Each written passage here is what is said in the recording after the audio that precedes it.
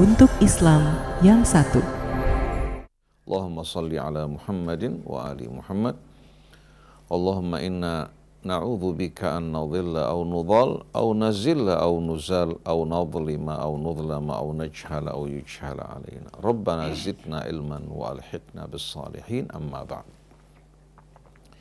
Ikhwan, akhwat, pendengar, pemirsa, seluruh rekan di studio, saya ucapkan salamullahi alaikum jami'an wa rahmatullah wa barakatuh. Alhamdulillah, kita dapat kembali melanjutkan renungan kita di bawah naungan Al-Quran.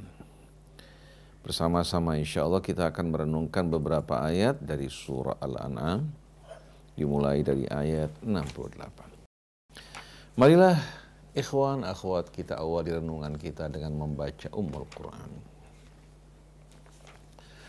A'udzu billahi minasy syaithanir rajim.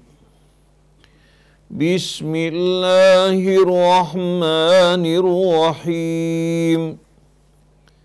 Alhamdulillahi rabbil alamin. Ar-Rahmanir Rahim. Maliki yaumiddin. Iyyaka na'budu wa iyyaka nasta'in. Ihdinas siratal mustaqim. Siratal ladzina an'amta 'alaihim ghairil maghdubi 'alaihim waladdallin.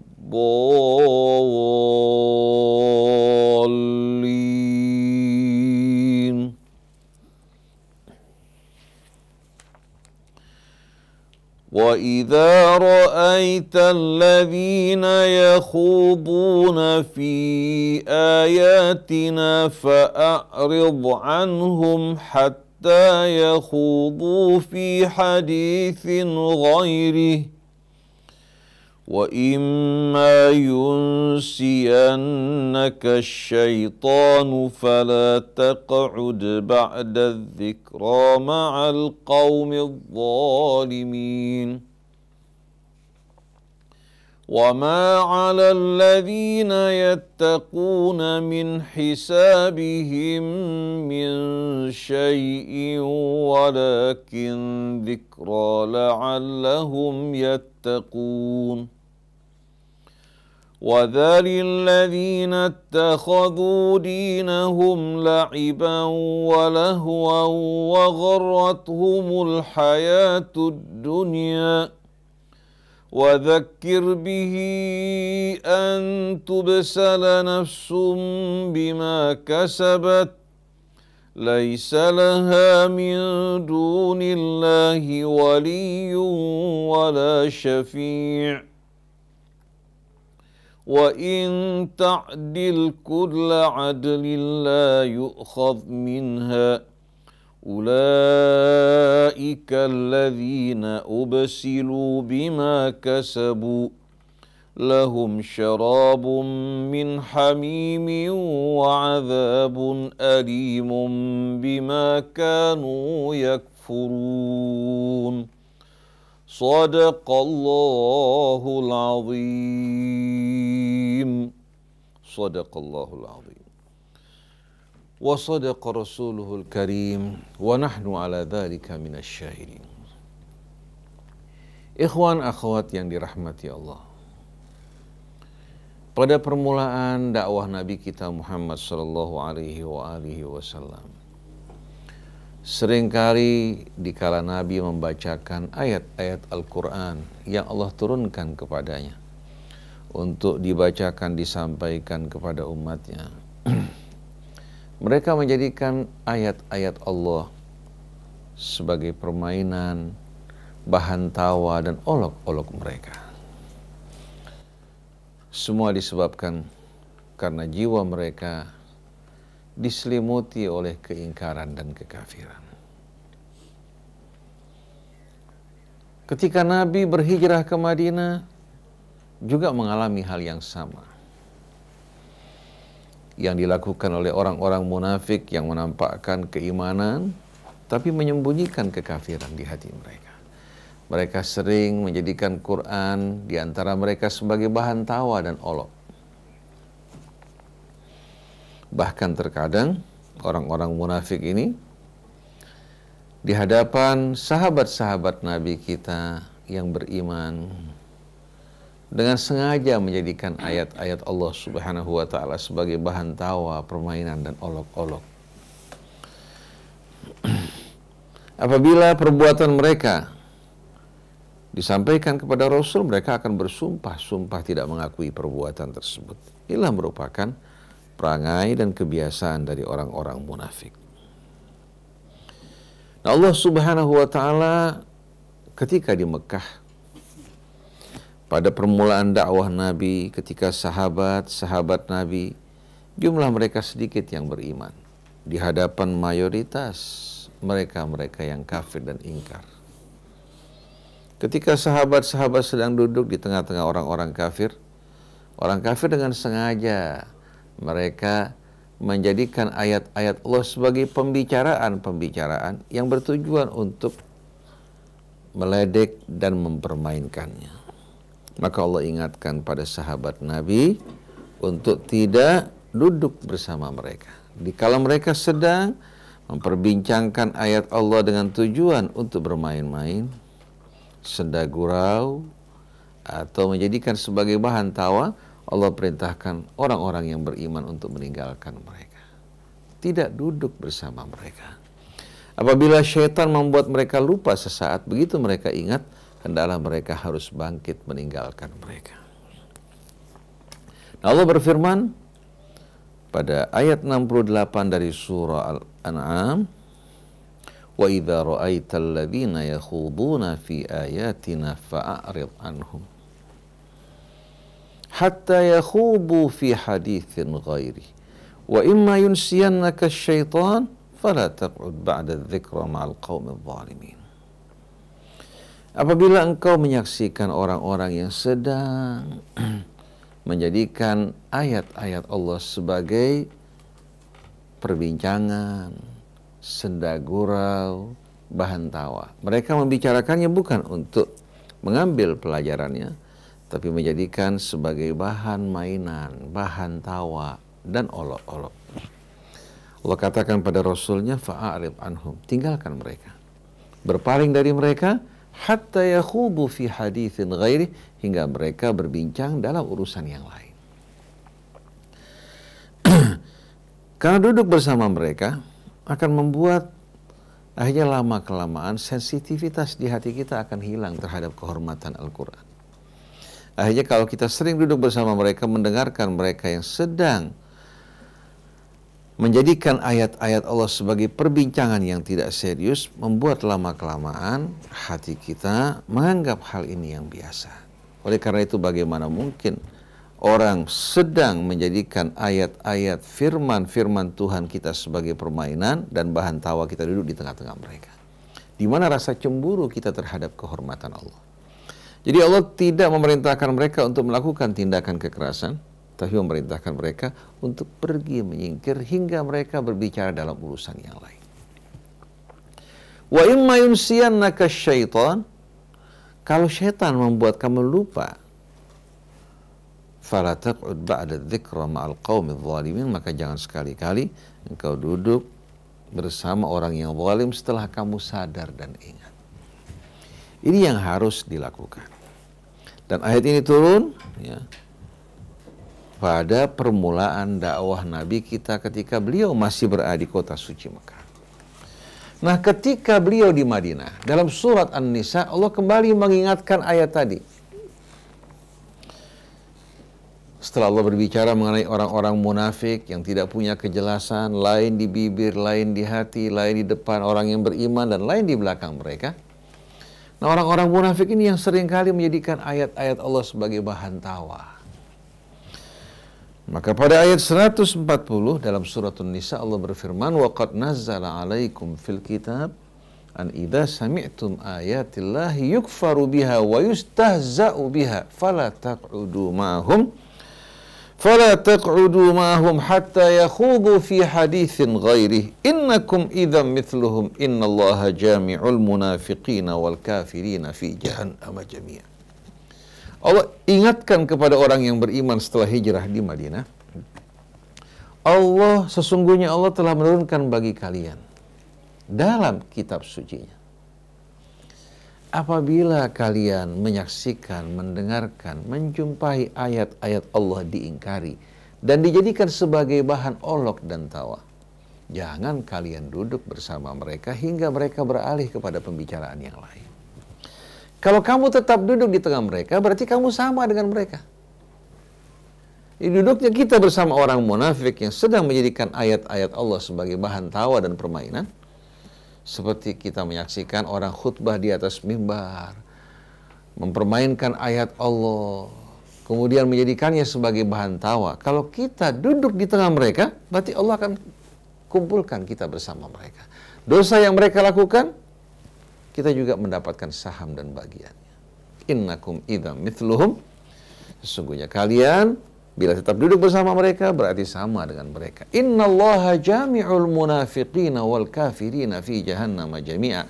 Sesungguhnya Allah akan mengumpulkan orang munafik dan orang-orang kafir dalam api neraka jahanam bersama-sama. Walaupun di muka mereka mengatakan beriman, karena perbuatan dan ulah mereka, maka Allah akan kumpulkan mereka bersama orang-orang munafik.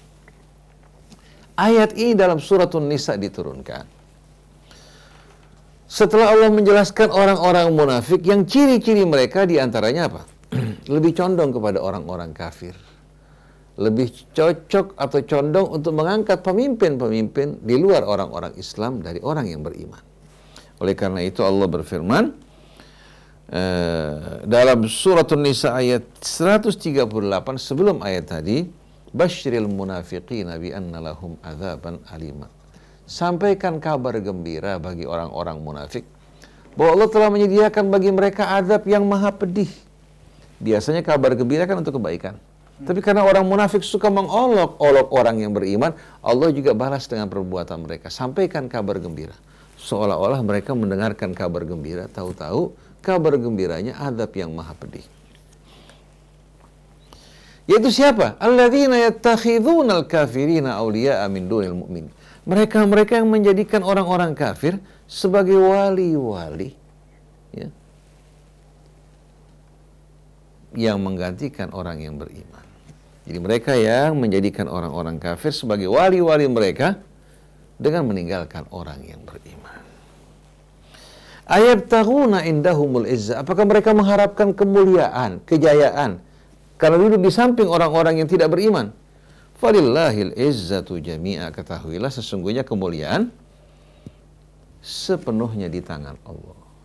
Nah setelah itu Allah sebutkan ciri orang-orang munafik, alladzina wa qad nazzala alaikum fil kitab an idza sami'tum ayatillahi yukfaru biha wa yustahza'u biha fala taq'udu ma'ahum hatta yakhudu fi haditsin ghairi innakum idzam mithluhum innallaha jami'ul munafiqina wal kafirina fi jahannam jami'a. Nah ciri-ciri mereka ini yang kalau dibacakan ayat-ayat Allah, mereka mengabaikannya, menyepelekannya, bahkan menyamakan ayat-ayat Allah dengan apa? Dengan pembicaraan manusia. Dia mengatakan semenjak Nabi wafat tidak lagi terdapat kebenaran yang absolut. Selain dari Nabi tidak ada yang dapat mengatakan bahwa ada kebenaran yang bersifat absolut. Apa yang diucapkan ini sama dengan ucapan kaum sofis, bukan sufi, kaum sofis, yang menganggap tidak ada kebenaran yang bersifat absolut dan mutlak. Kebenaran bersifat relatif. Ini kita akui, ya, pada sebahagian hal memang orang tidak dapat sama sekali apa? Tidak dapat sama sekali untuk menentukan kepastian pada satu hal. Karena memang tanda-tandanya, bukti-buktinya tidak apa? Tidak sama sekali bersifat mutlak. Nah, dalam hal seperti ini akan ada pengadilan di hari kemudian nanti. Tapi berkaitan dengan kebenaran absolut, alam raya ini merupakan kebenaran yang tidak dapat diingkari, yang semuanya merupakan bukti akan keesaan Allah, kekuasaan dan keagungan. yang membuktikan tidak adanya sekutu bagi Allah di langit maupun di bumi.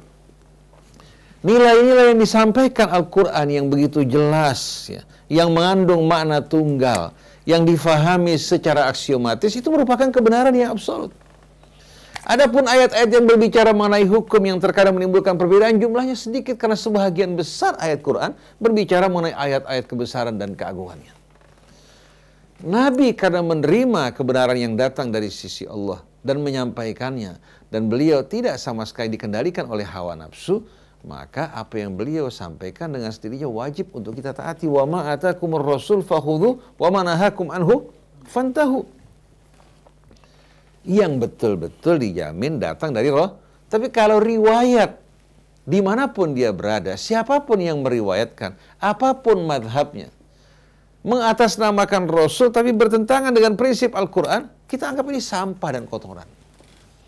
Orang-orang berupaya untuk memasukkan kebohongan ini dengan mengatasnamakan Nabi, karena Nabi tidak pernah bergeser sekecil apapun dari Al-Quran, tidak mendahului dan tidak terlambat dari Al-Quran. Apa yang Nabi sampaikan dari sunnahnya, itulah merupakan terapan dari apa?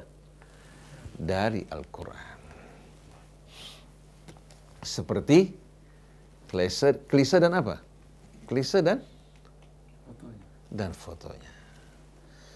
Seperti kita saksikan bagaimana matahari bersinar, bulan yang memantulkan cahaya matahari.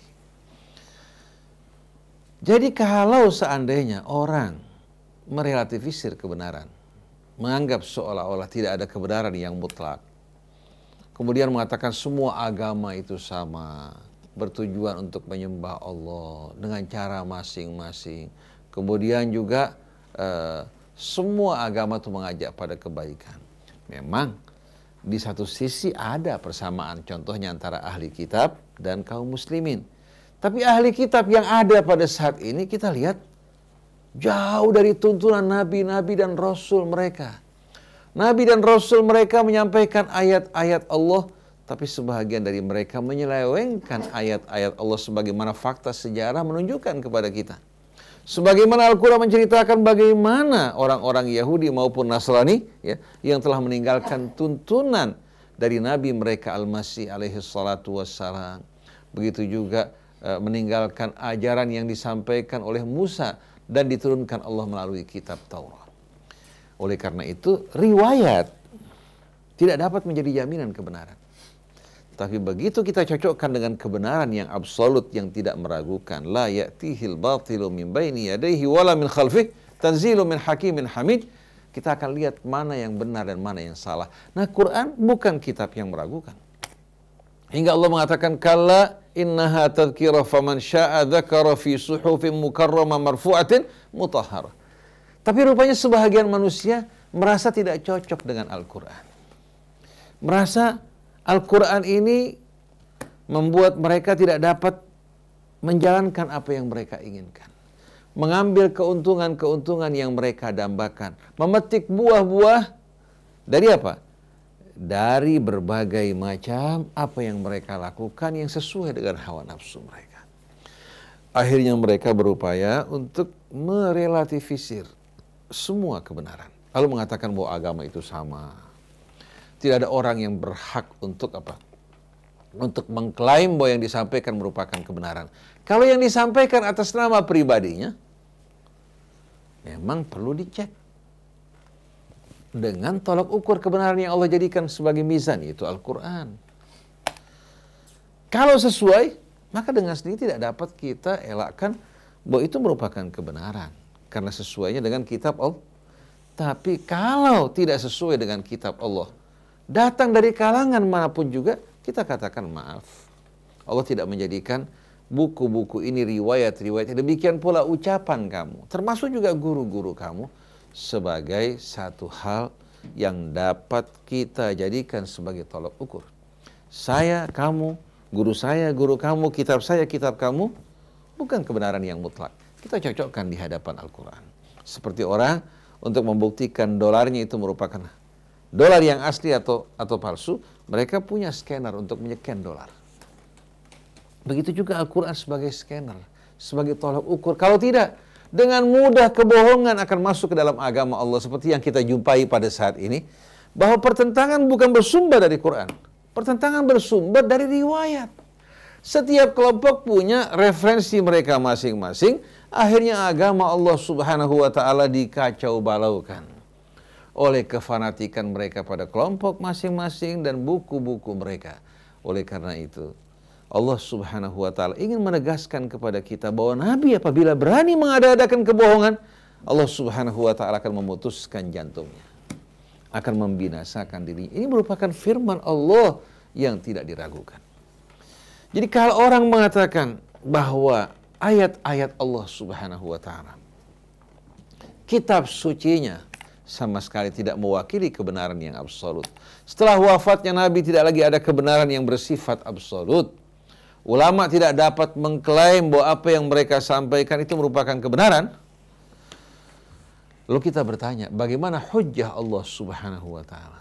Kalau memang Allah Subhanahu wa ta'ala tidak meninggalkan kita atau bagi kita rambu-rambu bagi agama dan petunjuk yang jelas, bagaimana mungkin Allah Subhanahu wa ta'ala akan mengadili manusia di hari kemudian nanti? Niscaya manusia akan mengatakan, ya Allah, bagaimana kamu menuntut dari saya untuk mengikuti kebenaran sedangkan kebenaran yang kau sampaikan tidak jelas? Mana mungkin? Dan Allah dengan jelas mengatakan, "Famanittaba'a hudaya fala yadhillu wa la yashqa." Siapa yang mengikuti petunjukku, dia tidak akan sesat dan tidak akan celaka. Fa imma ya'tiyannakum minni huda famanittaba'a hudaya fala khaufun 'alaihi faman tabi'a hudaya fala khaufun 'alaihim wa lahum yahzanun. Allah katakan bahwa kitabnya ini nur, qad ja'akum minallahi nurun wa kitabun mubin. Oleh karena itu, kita dapat memahami kalau Anda mengatakan manusia selain dari Rasul, apa yang diucapkan dapat diterima, dapat juga ditolak. Sebagaimana yang diucapkan oleh Imam Malik alaihi salatu wassalam. Kullu insan yu'khadhu minhu wa yurad. Tiap manusia diterima dari ucapannya, terkadang ditolak. Illa sahibu hadhihi raubah, kecuali yang berdiam dalam raubah ini, maksudnya Nabi kita Muhammad sallallahu alaihi wasallam. Kalau kita dengar langsung dari Rasul, kita yakin pasti bahwa ini kebenaran dari Rasul, sebagai bimbingan tuntunan kita mengatakan sami'na wa ata'na. Tapi kalau riwayat dari Rasul dikumpulkan setelah jauh wafatnya Nabi kita mau periksa dulu.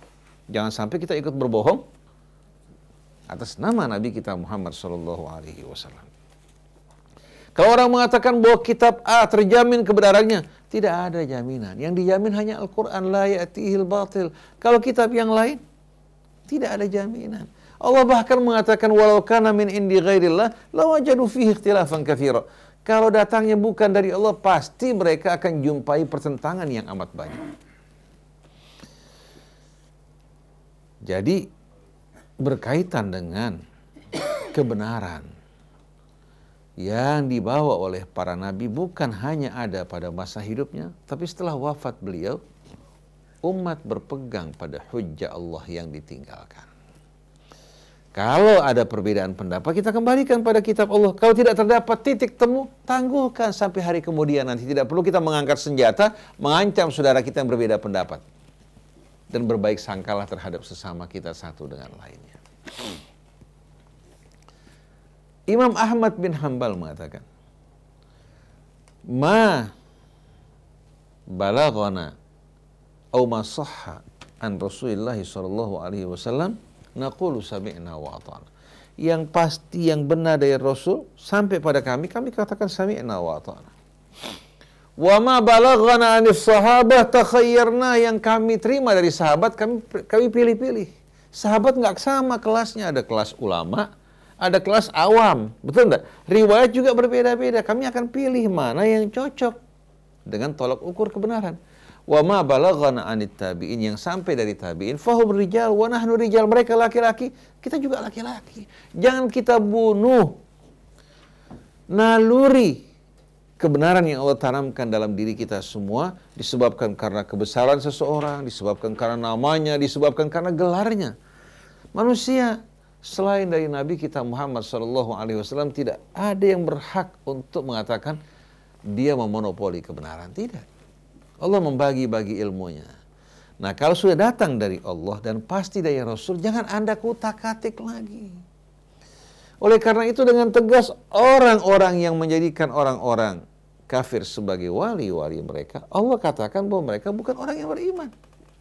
Oleh karena itu, pada ayat berikutnya, yaitu di ayat 144 dari surat An-Nisa, dengan tegas Allah mengatakan, Ya ayyuhalladzina amanu la tattakhidul kafirina awliya'a min dunil mu'minin. Wahai orang-orang yang beriman, jangan kalian menjadikan orang-orang kafir sebagai wali-wali kalian selain dari orang yang beriman. Aturiduna an taj'alu lillahi 'alaikum sultanan mubina. Apa kalian ingin membuka jalan bagi Allah, ya, untuk menyiksa, menghukum kalian? Apa kalian memberikan alasan bagi Allah untuk menghukum kalian? Innal munafiqina fid darkil asfali minan nar. Orang-orang munafik itu ditempatkan Allah di tempat yang paling rendah dari api neraka. Walan tajida lahum nasira, dan engkau sekali-kali tak akan menjumpai penolong bagi mereka. Illal ladzina tabu wa aslahu wa atasamu billah. Dikecualikan, ya, mereka-mereka yang terbebas dari azab ini orang-orang yang taubat. Kemudian memperbaiki diri mereka, pernyataan mereka, dan mengikhlaskan betul-betul agama mereka semata-mata untuk Allah. Faulaika ma'al mu'minin. Nah, mereka itu kelak akan dikumpulkan bersama orang yang beriman.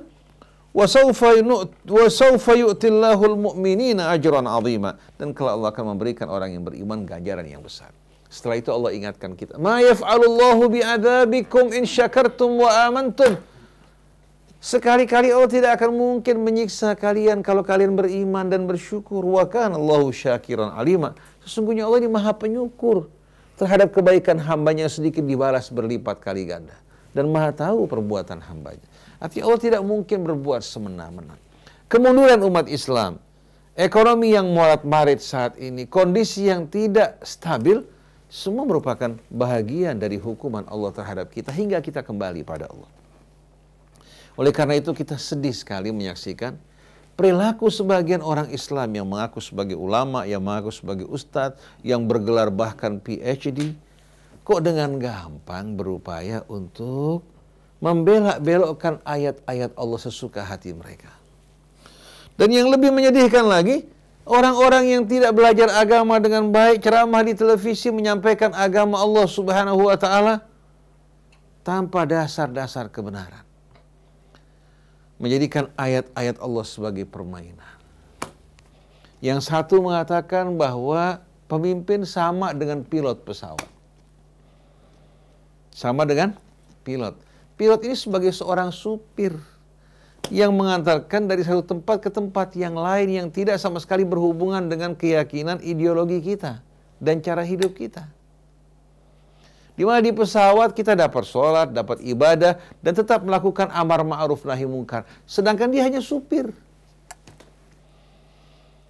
Seorang pemimpin, orang yang diberikan kepercayaan untuk mengatur kehidupan kita dalam berbagai macam aspeknya.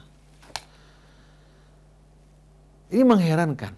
Satu lagi mengatakan bahwa kenikmatan surga yang paling istimewa adalah pesta seks. Berbicara seperti ini di hadapan sekian banyak orang.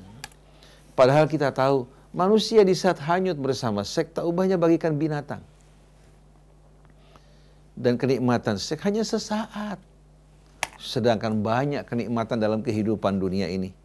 Bahkan suami istri yang sudah tua renta, yang sudah tidak memiliki gairah, kecintaan, kerinduan di antara mereka lebih besar. Kalau Allah memerintahkan kita mengendalikan seks kita, bukan berarti Allah melarang kenikmatan, bukan. Karena Allah berikan kesempatan bersama istri kita, tidak cukup 1, 2, 3, 4, asal sanggup. Tapi kalau berhubungan liar, tanpa perkawinan, ini yang bakal merusak, menimbulkan penyakit, menimbulkan derita, menimbulkan kesengsaraan. Oleh karena itu orang di barat, di Amerika, di berbagai macam tempat yang hidup liar, mereka orang yang paling merana dan menderita. Rupanya ustadz ini hidup dalam tempurung betul-betul, atau dalam sumur memandang langit.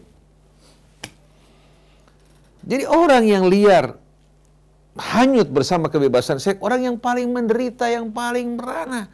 Tapi Allah ingin manusia mengikuti sunnah-sunnah orang sebelum kita, bergaul hanya dengan pasangan kita, bukan hanya menjadikan seks sebagai tujuan, itu hanya sebagai sarana untuk melakukan regenerasi, mendapatkan anak keturunan kita, untuk menyempurnakan juga kecintaan dalam rumah tangga kita.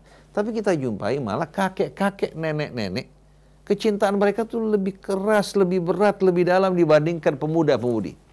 Karena pemuda biasanya punya teman di luar, punya berbagai macam kesibukan. Yang wanita pun demikian. Begitu sudah kakek-kakek, nenek-nenek, yang sudah nggak sempat lagi arisan ke sana kemari, mulai mereka merasakan saling merindukan, saling membutuhkan. Oleh karena itu, terkadang seorang laki-laki berkumpul bersama istrinya seminggu sekali, sebulan sekali, 2 bulan sekali, tapi tetap kecintaan di antara mereka terbangun, terpupuk sedikit demi sedikit. Oleh karena itu, agama Allah disampaikan dengan cara seperti ini benar-benar memalukan. Begitu juga ceramah-ceramah yang kita jumpai di masjid-masjid, dalam peringatan-peringatan Maulid, menjadikan agama Allah sebagai bahan tawa dan olok-olok. Bukan orang di luar Islam yang mentertawakan, tapi kita sendiri yang telah mempermainkan agama kita. Oleh karena itu, bagi para ikhwan akhwat, harus menyampaikan pada orang-orang di sekeliling kita. Kalau ada penceramah menjadikan agama Allah sebagai bahan tawa atau ayat-ayat Allah, tinggalkan majlis.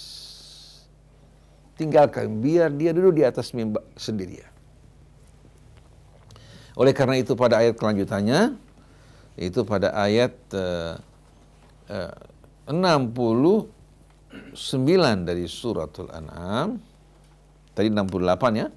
Wa ma 'alal ladzina yattaquna min hisabihim min syai'.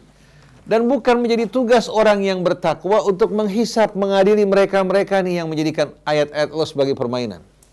Orang yang bertakwa tidak berkewajiban untuk menghisap mereka, karena mereka yang akan menanggung amal mereka. Wala taksibu kullu nafsin illa 'alaiha. Tiap jiwa akan menanggung perbuatan yang dilakukan, dan dia tidak akan menanggung dosanya orang lain. Tapi kalau kita duduk bersama mereka, kita masuk dalam persekutuan. Jadi wa ma 'alal ladzina yattaquna min hisabihim min syai', dan orang-orang yang bertakwa tidak bertanggung jawab untuk menghisab mereka. Walakin dzikra, tapi tindakan kalian meninggalkan mereka sebagai pelajaran peringatan bagi mereka. La'allahum yattaqun, agar mereka sadar kembali bertakwa pada Allah. Tapi kalau orang lagi menjadikan ayat Allah sebagai bahan tertawaan, kita ikuti, kapan mereka sadar? Begitu juga saya jumpai banyak di WA, di Facebook, orang menjadikan ayat-ayat Allah sebagai bahan tawa dan olok-olok. Nah, kalau kita jumpai hal seperti ini, peringatkan mereka setelah itu, jangan ikut bersama mereka. Kalau merupakan bahagia dari anggota di WA, hapuskan keanggotaannya. Kalau kita anggota mereka yang memegang adminnya, kita keluar. Jangan kita terlibat dalam perbuatan-perbuatan atau sikap-sikap yang menjadikan ayat-ayat Allah sebagai permainan. Nah, kita lihat pada ayat 70. Ini merupakan peringatan yang keras. وَذَرِ الَّذِينَ اتَّخَذُوا دِينَهُمْ لَعِبًا وَلَهْوًا وَغَرَّتْهُمُ الْحَيَاةُ الدُّنْيَا. Dan tinggalkan segera orang-orang yang menjadikan agama mereka sebagai permainan dan senda gurau. Wa gharrathumul hayatud dunya, dan mereka terpedaya oleh kehidupan dunia karena ingin mencari kesenangan, mengambil muka, menarik hati orang-orang yang tidak beriman, yang berkedudukan dan berharta. Mereka menjadikan ayat-ayat Allah sebagai permainan. Jadi tinggalkan mereka-mereka yang menjadikan agama mereka sebagai permainan, guyon.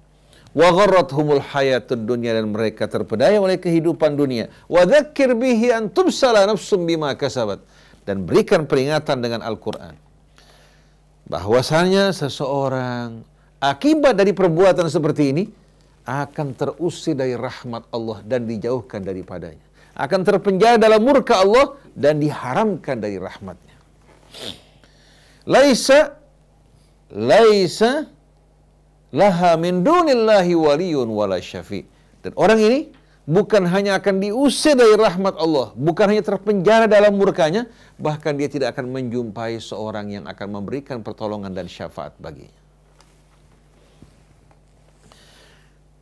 Wa in ta'dil kulla adlin la yu'khadh minha. Kalau dia datang membawa tebusan sebesar apapun, katakan kekayaan langit bumi, atau dia pernah membangun masjid, katakan dia pernah melakukan perbuatan mulia, dijadikan sebagai tebusan akibat dari perbuatannya, Allah tidak akan terima tebusan tersebut. Wa in ta'dil kulla adlin, kalau dia mau menebus dosa perbuatan dia yang mempermainkan ayat Allah, katakan dia punya amal sebesar apapun, punya kekayaan seisi dunia, Allah subhanahu wa ta'ala tidak akan mengambil tebusan tersebut. Ulaika alladzina ubsilu bima kasabu. Mereka lah orang-orang yang terusir dari rahmat Allah, terpenjara dalam murkanya, disebabkan karena perbuatan yang mereka lakukan. Lahum syarabun min hamimin wa adzabun alimun bima kanu yakfurun. Bagi mereka Allah sediakan azab yang benar-benar, Allah sediakan azab yang maha pedih dan minuman dari air yang mendidih disebabkan karena keingkaran dan kekafiran mereka. Oleh karena itu saya ini bingung kadang-kadang diundang dalam acara peringatan, tahu-tahu kita jumpai yang ceramah sebelum kita atau setelah kita, bicaranya hanya untuk membuat masyarakat tertawa. Tidak ada bedanya antara pelawak sama ustadz. Cuma ustadz tambahin ayat-ayat Allah.